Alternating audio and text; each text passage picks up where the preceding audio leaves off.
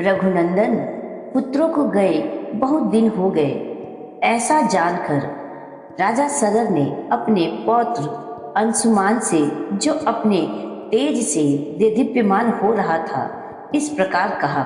वत्स, तुम सूरवीर, विद्वान तथा अपने पूर्वजों के तुल्य तेजस्वी हो।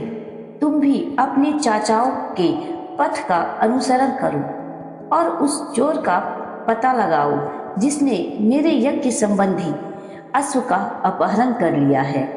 देखो, पृथ्वी के भीतर बड़े बड़े बलवान जीव रहते हैं, अतः उनसे टक्कर लेने के लिए तुम तलवार और धनुष भी लेते जाओ। जो वंदनीय पुरुष हो उन्हें प्रणाम करना, और जो तुम्हारे मार्ग में विघ्न डालने वाले हो उनको मार डालना। ऐसा करते हुए सफल मनोरथ होकर लौटो और मेरे इस यज्ञ को पूर्ण कराओ।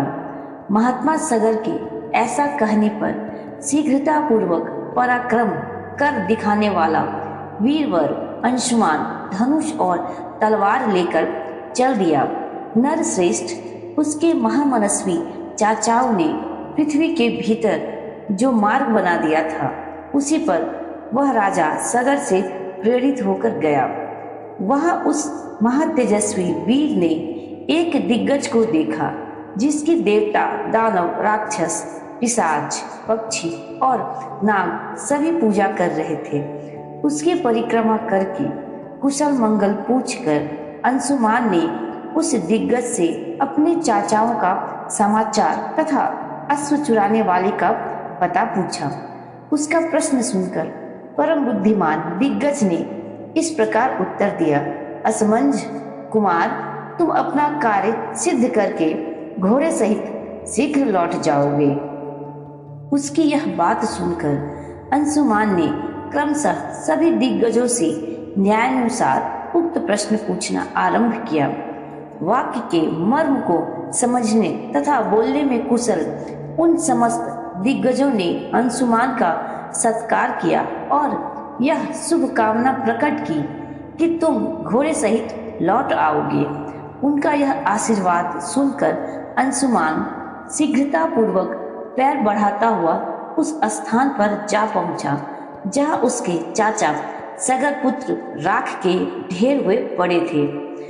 उनके वध से असमंज पुत्र अंशुमान को बड़ा दुख हुआ।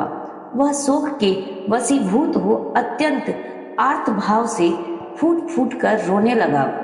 दुख शोक में डूबे हुए पुरुषी अंशुमान ने अपने यज्ञ संबंधी अश्व को भी वहां पास ही चरते देखा।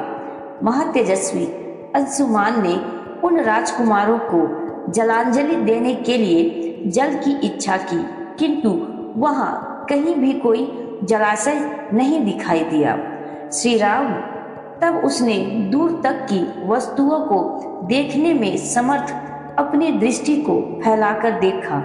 उस समय उसे वायु के समान वेगशाली पक्षीराज गरुड़ दिखाई दिए, जो उसके चाचाओं सगर पुत्रों के मामा थे। महाबली विंतानंद गरुड़ ने अंशुमान से कहा, पुरुषी, शोक न करो। इन राजकुमारों का वध संपूर्ण जगत के मंगल के लिए हुआ है। विद्वान अनंत प्रभावशाली महात्मा कपिल ने इन महाबली राजकुमारों को दग्ध किया है। इनके लिए तुम्हें लौकिक जल की अंजलि देनी होगी। नरश्रेष्ठ, महाबाहो, हिमवान की जो ज्येष्ठ पुत्री गंगा जी है, उन्हीं के जल से अपने इन चाचाओं का तर्पण करो। जिस समय लोक पावनी गंगा राख के ढेर होकर गिरे हुए उन 60,000 राजकुमारों को अपने जल से आप्लावित करेगी, उसी समय उन सबको स्वर्ग लोक में पहुंचा देगी। लोक कमनीय गंगा के जल से भीगी हुई यह भस्म राशि इन सबको स्वर्ग लोक में भेज देगी। महाभाग पुरुष प्रवर वीर, अब तुम घोड़ा लेकर जाओ और अपने पितामह का यज्ञ पूर्ण करो। गरुड़ की यह बात सुनकर अत्यंत पराक्रमी महातपस्वी अंशुमान घोड़ा लेकर तुरंत लौट आया। रघुनंदन यज्ञ में दीक्षित हुए राजा के पास आकर उसने सारा समाचार निवेदन किया और गरुड़ की बताई हुई बात भी कह सुनाई। अंशुमान के मुख से यह भयंकर समाचार सुनकर राजा सगर ने कल्पोक्त नियम के अनुसार अपना यज्ञ विधिवत पूर्ण किया। यज्ञ समाप्त करके पृथ्वीपति महाराज सगर अपनी राजधानी को लौट आए। वहां आने पर उन्होंने गंगा जी को ले आने के विषय में बहुत विचार किया, किंतु वे किसी निश्चय पर नहीं पहुंच सके। दीर्घ काल तक विचार करने पर भी उन्हें कोई निश्चित उपाय नहीं सूझा और 30,000 वर्षों तक राज्य करके वे स्वर्गलोक को चले गए। श्री राम सगर की मृत्यु हो जाने पर प्रजाजनों ने परम धर्मात्मा अंशुमान को राजा बनाने की रुचि प्रकट की। रघुनंदन अंशुमान बड़े प्रतापी राजा हुए। उनके पुत्र का नाम दिलीप था। वह भी एक महान पुरुष था। रघुकुल को आनंदित करने वाले वीर अंशुमान दिलीप को राज्य देकर हिमालय के रमणीय शिखर पर चले गए और वहां अत्यंत कठोर तपस्या करने लगे। महान यशस्वी राजा अंशुमान ने उस तपोवन में जाकर 32,000 वर्षों तक तप किया। तपस्या के धन से संपन्न हुए उस नरेश ने वही शरीर त्याग कर स्वर्गलोक को प्राप्त किया।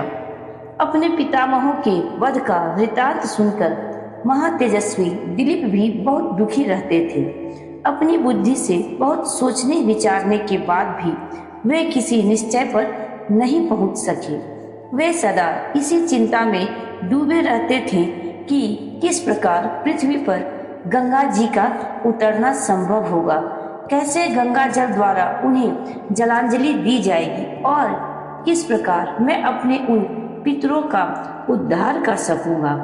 प्रतिदिन इन्हीं सब चिंताओं में पड़े हुए राजा दिलीप को, जो अपने धर्माचरण से बहुत विख्यात थे, भगीरथ नाम का एक परम धर्मात्मा पुत्र प्राप्त हुआ। महातेजस्वी दिलीप ने बहुत से यज्ञों का अनुष्ठान तथा 30,000 वर्षों तक राज्य किया। पुरुष सिंह उन पितरों के उद्धार के विषय में किसी निश्चय को न पहुंचकर राजा दिलीप रोग से पीड़ित हो मृत्यु को प्राप्त हो गए। पुत्र भगीरथ को राज्य पर अभिषिक्त करके नरश्रेष्ठ राजा दिलीप अपने किए हुए पुण्य कर्म के प्रभाव से इंद्रलोक में चले गए। रघुनंदन धर्मात्मा राजश्री महाराज भगीरथ के कोई संतान नहीं थी। वे संतान प्राप्ति की इच्छा रखते थे, तो भी प्रजा और राज्य की रक्षा का भार मंत्रियों पर रखकर गंगा जी को पृथ्वी पर उतारने के प्रयत्न में लग गए और गोकर्ण तीर्थ में बड़ी भारी तपस्या करने लगे। महाबाहो, वे अपनी दोनों भुजाएं ऊपर उठाकर पंचाग्नि का सेवन करते और इंद्रियों को काबू में रखकर एक एक महीने पर आहार ग्रहण करते थे। इस प्रकार घोर तपस्या में लगे हुए महात्मा राजा भगीरथ के 1000 वर्ष व्यतीत हो गए। इससे प्रजाओं के स्वामी भगवान ब्रह्मा जी उन पर बहुत प्रसन्न हुए।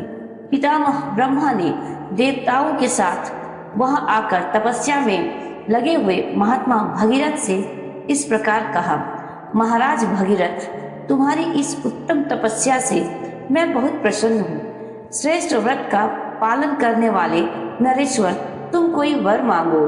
तब महातेजस्वी महाबाहु भगीरथ हाथ जोड़कर उनके सामने खड़े हो गए और उन सर्वलोक पितामह ब्रह्मा से इस प्रकार बोले, भगवान, यदि आप मुझ पर प्रसन्न हैं और यदि इस तपस्या का कोई उत्तम फल है, तो सगर के सभी पुत्रों को मेरे हाथ से गंगा जी का जल प्राप्त हो। इन महात्माओं की भस्म राशि के गंगा जी के जल से भीग जाने पर मेरे उन सभी प्रप्रतिमाओं को अक्षय स्वर्ग मिले। देव, मैं संतति के लिए भी आपसे प्रार्थना करता हूँ, हमारे कुल की परंपरा कभी नष्ट न हो। भगवान, मेरे द्वारा मांगा हुआ उत्तम वर संपूर्ण इक्ष्वाकु वंश के लिए लागू होना चाहिए। राजा भगीरथ के ऐसा कहने पर सर्वलोक पितामह ब्रह्मा जी ने मधुर अक्षरों वाली परम कल्याणमयी मीठी वाणी में कहा, इक्ष्वाकु वंश की वृद्धि करने वाले महारथी भगीरथ, तुम्हारा कल्याण हो। तुम्हारा यह महान मनोरथ इसी रूप में पूर्ण हो। राजन, ये है हिमालय की ज्येष्ठ पुत्री हेमवती गंगा जी। इनको धारण करने के लिए भगवान शंकर को तैयार करो। महाराज, गंगा जी के गिरने का वेग यह पृथ्वी नहीं सह सकेगी। मैं त्रिशूलधारी भगवान शंकर के सिवा और किसी को ऐसा नहीं देखता जो इन्हें धारण कर सके। राजा से ऐसा कहकर लोक सृष्टा ब्रह्मा जी ने भगवती गंगा से भगीरथ पर अनुग्रह करने के लिए कहा। इसके बाद वे संपूर्ण देवताओं तथा मरुदगणों के साथ स्वर्गलोक को चले गए।